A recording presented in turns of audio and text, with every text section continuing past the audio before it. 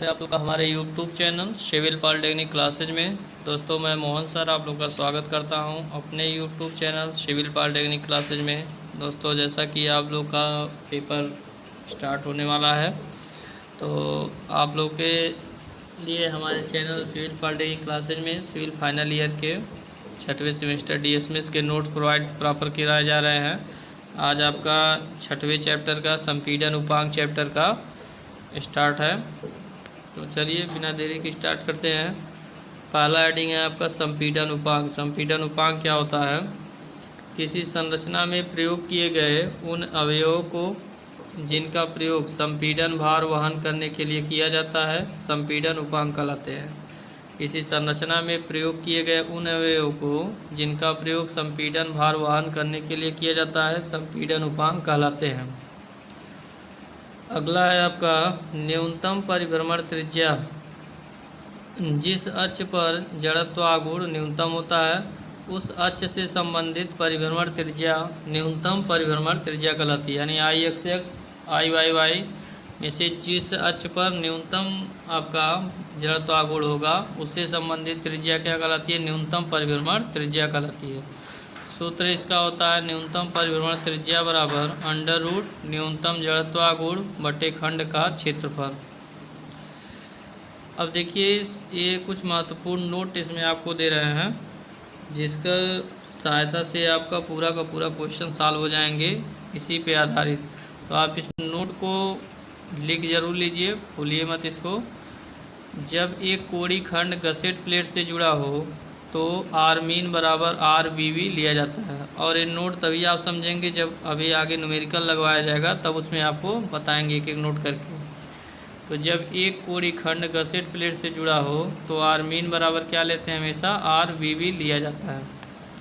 जब दो कोड़ी खंड गसेट प्लेट से जुड़े हों तो IXX IYY ज्ञात करते हैं। अब इसमें पहला कॉन्सेप्ट आता है जब IXX is greater less than IYY, यानी जब IXX का मान ज्ञात करते हैं IYY का मान ज्ञात करते हैं और IXX का मान कम है IYY से तो आर मीन क्या लेते हैं? RXX को हम डायरेक्ट मान लेते हैं।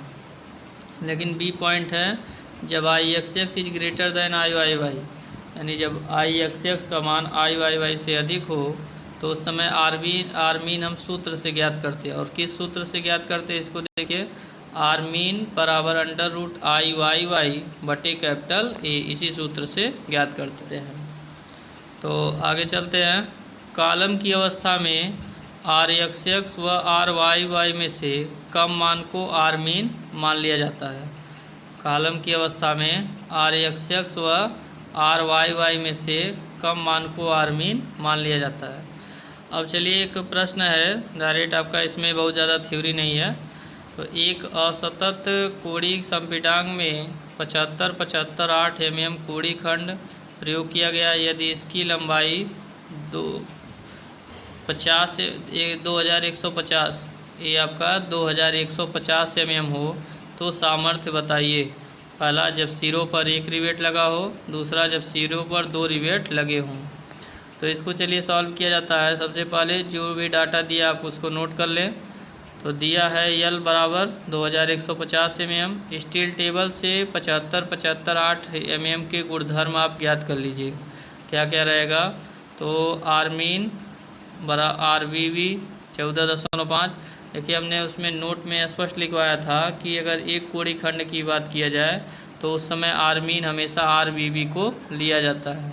तो स्टील टेबल से डायरेक्ट हम देखेंगे आर मीन का मान RVV, तो ये आपका दिया गया है 14.5 mm दिया गया है। और FY या जहाँ ना दे वहाँ हम 250 MPa के लिए ज्ञात करते हैं।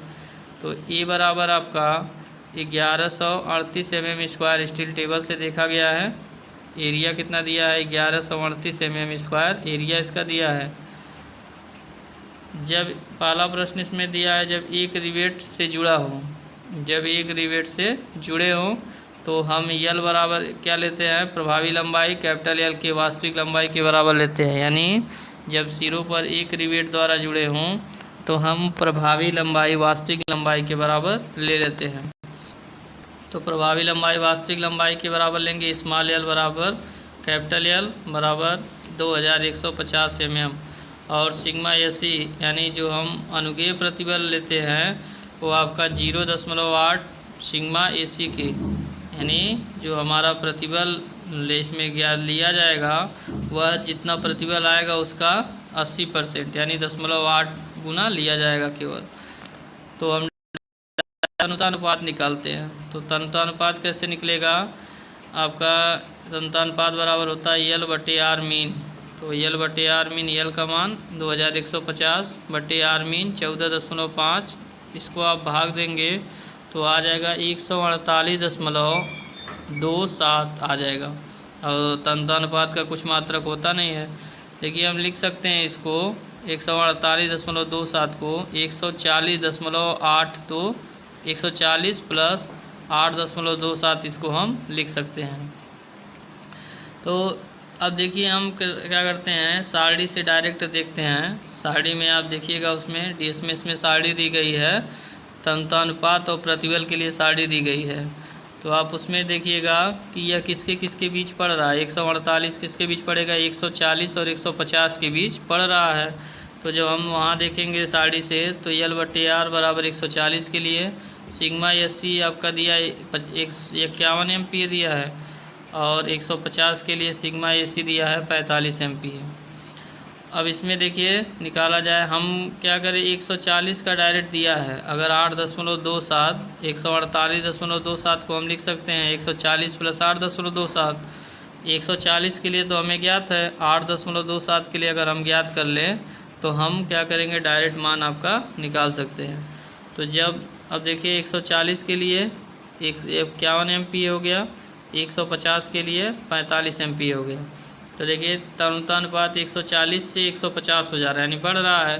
अब प्रतिबल आपका 51 से 45 हो गया, यानी घट रहा है। तो जब तन्यतानुपात में वृद्धि 10 की है तो प्रतिबल में कटौती कितना हो रहा है, 51 से 45 हो गया, यानी 6 एम्पीयर घट गया। इसी प्रकार जब तन्यतानुपात में अगर 1 की वृद्धि हो तो 6/10 हो जाएगा, भाग दे देंगे 10 से। 1 का निकालना रहता है तो भाग देते हैं, और हमें निकालना कितने का है, 140 का पता है, 8.27 का निकालना है। तो 8-10 जब तन्यतानुपात में 8.27 की वृद्धि हो तो सिग्मा एसी कितना होगा, 6/10 गुणे 8.27, तो 4.96 एम्पीयर ये आपकी प्रतिबल में कटौती हो जाएगी। यानी हम 140 से 148 पे जब पहुँचेंगे तो उस समय प्रतिबल में कितना कटौती होगा, 4.96 एम्पीयर प्रतिबल में कटौती हो चुका होगा। का आता है यल बटे आर बराबर 148.27 के लिए प्रतिबल कितना होगा, हम 51 में से 4.96 को घटा देंगे, क्योंकि आपका प्रतिबल घट रहा है, तन्यतानुपात बढ़ रहा है तो प्रतिबल घट रहा है, इसलिए हम इसको घटाएंगे 140 वाले में से। 51 माइनस 4.96 तो कितना आ जाएगा, 46.04 एम्पीयर आ गया। अतः सामर्थ्य जो हम निकालेंगे तो सामर्थ्य के लिए क्या करेंगे, कैपिटल ए गुणे sigma AC dash. Sigma AC dash कितना लिया गया है, 0.8 सिग्मा एसी के।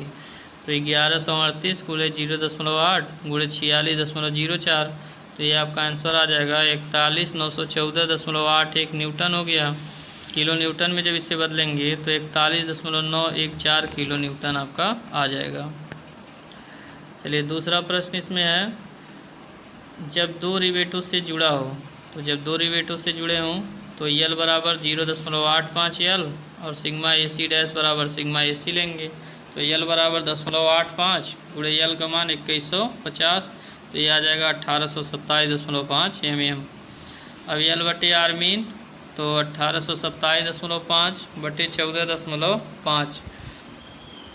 यह देखिए जो आपका यल का और सिग्मा एसी डैश निकाला जा रहा है, ये भी आपका सारणी में दिया गया है इसी चैप्टर में। आपका जब सतत उपांग हो, असतत उपांग हो, सिरों पर 1 रिवेट द्वारा जुड़ा हो, सिरों पर 2 रिवेट द्वारा जुड़ा हो, तो ये आपका उसमें दिया गया है टेबल।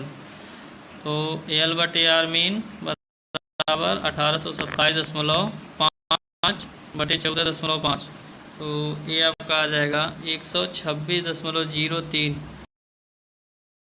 आ जाएगा 120 प्लस 6.03, इसे हम लिख सकते हैं 126.03 को हम क्या लिख सकते हैं, 120 प्लस 6.03।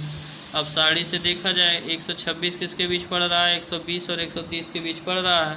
तो 120 के लिए साड़ी से देखा जाए सिग्मा AC 64 MPa और 130 के लिए देखा जाए तो आपका आ जाएगा 57 MPa। अब देखिए जब तन्यतानुपात में वृद्धि 10 की है, तन्यतानुपात 10 बढ़ रहा है, तो प्रतिबल में कटौती कितने की है, 7 की। इसी प्रकार जब तन्यतानुपात में वृद्धि 1 की हो तो प्रतिबल में कटौती 7/10 की। और हमें निकालना कितने के लिए है, 6.03 के लिए निकालना है।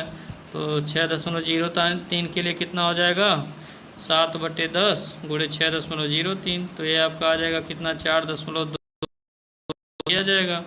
अतः 126.03 के लिए प्रतिबल में कटौती कितनी हो जाएगी, उसको घटा दीजिए किस में से, 64 में से 4.22 घटाइए तो आ जाएगा 59.78 आ जाएगा MPa। अतः सामर्थ्य कितनी हो जाएगी, A into sigma AC dash, और सिग्मा AC डैश इसके लिए कितना लेंगे, टोटल लिया जाता है सिग्मा AC के बराबर लिया जाता है, जो कि आप ऊपर उतारे हैं। तो A गुणे सिग्मा AC डैश 1138 गुणे 59.78। अब यहाँ से इसको सॉल्व करिए तो 680 39.64 न्यूटन हो जाएगा, और किलो न्यूटन में आपका कितना आ जाएगा, 68.039 किलो न्यूटन हो जाएगा। तो उम्मीद करता हूँ कि आपको समझ में आया होगा क्वेश्चन, वीडियो पसंद आया होगा। दोस्तों इसी तरीके का वीडियो पाने के लिए चैनल पर नए हैं तो सब्सक्राइब करिए चैनल को और बेल आइकन को ज़रूर दबाएं। वीडियो पसंद आए तो लाइक करिए। तो दोस्तों आप वीडियो को बीच में स्किप मत किया करिए, पूरा वीडियो देखिए और एक नोट आप बनाइए, इससे आपका बाहर कुछ भी एग्ज़ाम में नहीं पूछा जाएगा। तो मिलते हैं नेक्स्ट वीडियो में, तब तक के लिए धन्यवाद। जय हिंद, जय भारत।